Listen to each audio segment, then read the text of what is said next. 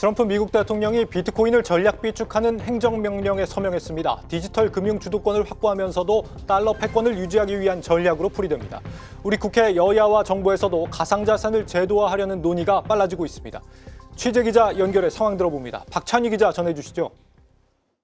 네, 우리 시간으로 오전 10시경 트럼프 행정부에서 가상자산 차르로 불리는 데이비드 sak스가 자신의 X에 트럼프 대통령이 비트코인 전략 비축을 위한 행정명령에 서명했다고 밝혔습니다.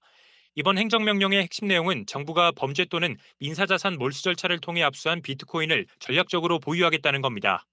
즉 정부가 별도로 비트코인을 구매하는 것이 아니라 이미 확보한 자산을 체계적으로 관리하고 활용하겠다는 건데요. 이와 함께 비트코인 외 가상자산으로 구성된 미국 디지털 자산 비축도 신설한다는 내용도 포함됐습니다. 삭스는 이번 조치에 대해 미국을 가상자산 중심국으로 만든다는 트럼프 행정부 계획의 첫걸음이라고 소개했습니다. 전략 비축이란 보통 석유나 금 같은 중요한 자원을 경제나 안보상의 이유로 일정량 비축할 때 사용되는 개념인데요. 트럼프 대통령은 비트코인을 석유나 금과 마찬가지로 장기 보유해서 전략적으로 활용하겠다고 이번 행정명령을 통해 공표한 겁니다. 다만 시장에선 이번 행정명령을 반기지 않는 모습입니다. 비트코인을 새로 사들여 보유하는 방식이 아니라 미국이 기존에 압류한 비트코인을 팔지 않고 전략 비축으로 보유하는 방식이기 때문인데요. 실제로 비트코인 가격은 트럼프 대통령의 행정명령 서명 직후 전일 대비 5% 넘게 급락했습니다. 네, 오늘 밤에는 백악관에서 가상자산 서밋이 처음으로 열린다고요?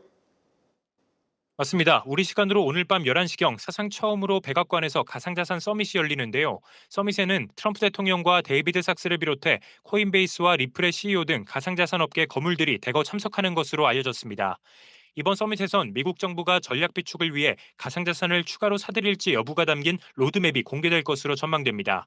현재 연방정부가 직접 보유하는 것과 중앙은행이 개입하는 것 이렇게 두 가지 방안이 유력한데요. 연방정부 직접 보유하는 행정명령대로 정부가 별도의 구매 없이 범죄나 민사자산 몰수를 통해 전략 비축 비트코인 보유량을 늘려나가는 방식입니다. 추가로 거론된 중앙은행 매입안은 향후 연준이 가상자산을 직접 매입해 비축하는 방식인데 다만 이를 위해서는 기존 법정화폐 시스템과의 충돌 문제 등 규제 완화가 선행돼야 합니다. 네, 우리 국회와 정부도 이런 움직임에 대응이 빨라지는 것 같습니다. 어제 민주당이 가상자산 정책 토론회를 가진 데 이어서 오늘은 여당에서도 간담회가 열렸다고요? 맞습니다. 미국 정부의 가상자산 전략 비축 추진 등 정책 변화에 맞춰서 오늘 국내에서도 금융상품 토론화와 토큰화와 가상자산 현물 ETF 도입 등 제도화된 논의가 진행됐습니다. 오늘 오전 10시 국회에서 가상자산 시장의 건전한 발전을 위한 정책과제 민당정 간담회가 열렸는데요. 당정은 가상자산 현물 ETF를 도입하겠다는 뜻을 밝혔습니다. 김상훈 국민의힘 정책위의장은 가상자산 현물 ETF에 대한 입장차가 있지만 당정은 국제적인 동향을 살펴보고 선물시장 등 관련 인프라 구축 및 법률 정비가 필요한 점을 감안해 도입을 검토하겠다고 밝혔습니다.